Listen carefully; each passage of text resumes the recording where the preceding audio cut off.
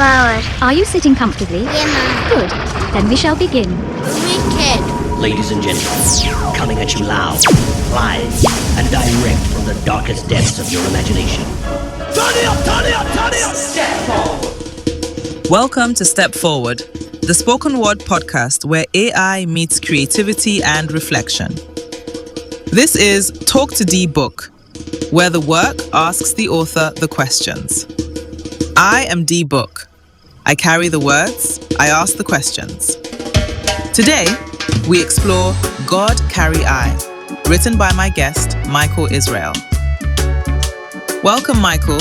Thank you for being here. Hi, Dee Book. It's a pleasure being here. Thank you for inviting me once again. Talking to my book of lyrics, asking me questions about the lyrics that I've written on its pages. I mean, that's a concept and a half. It's bound to go far, Dee Book. Yes, Mycall. It'll go far. One cocoa full basket Come. and me there here. Me just open the page when you're ready. Yeah. Anyway, come back, we'll do this. Mycall, many people know the image of footprints in the sand, but you chose to retell it in your own voice. So tell me, what was it about that story that stayed with you all these years? Well, it's the image of the footprints that reinforce the idea of being carried at certain times, especially those vulnerable, those worst times in your life. See, there's two characters in this story, innit? One character is being carried, one is carrying the other. Yeah, and we all get carried at one time or another. For example, we're carried in our mother's womb, and we're carried to our grave. You write, God carry I, like fruit on a vine. I found that image interesting. So tell me, why fruits on a vine? What does that image say that footprints alone Yeah, cannot? that image stayed with me, the idea of fruits on a vine. See, God carried I like fruits on a vine till I was ready for harvest. Think about it. When God or your mother God carried you in her womb, people only saw one set of footprints, didn't they? They only saw your mother's footprints.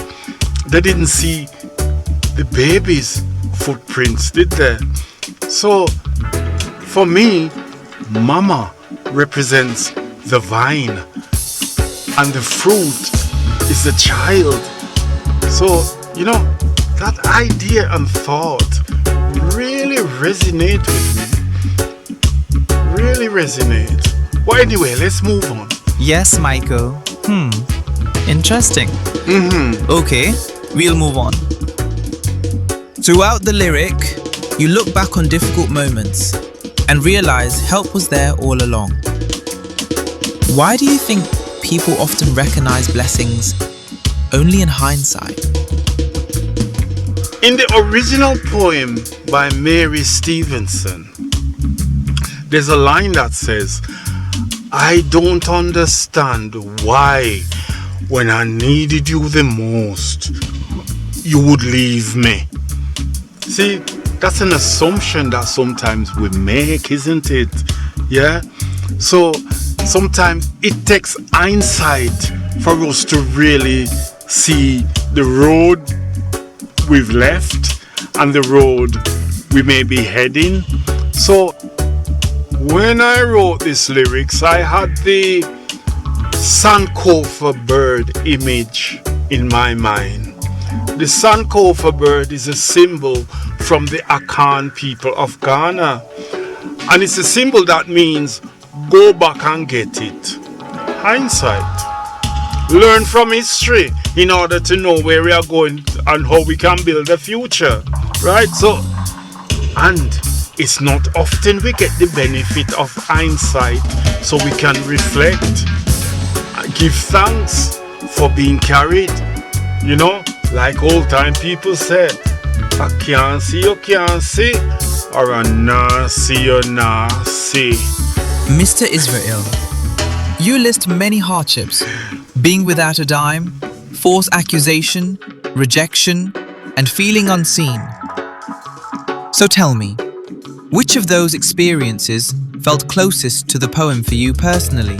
Yeah, you know, when I was writing these lines, I was thinking about the times when I was let down by dirty, bad-minded people, when I was let down by the system and institutions, and when I was let down by my own ignorance.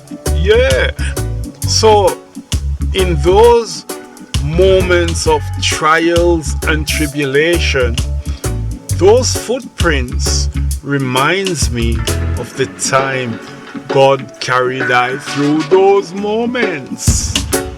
That's why I like this poem, Footprints in the Sands. I like it. That's why it inspires me. The lyric says, "You was water, and I made you into wine."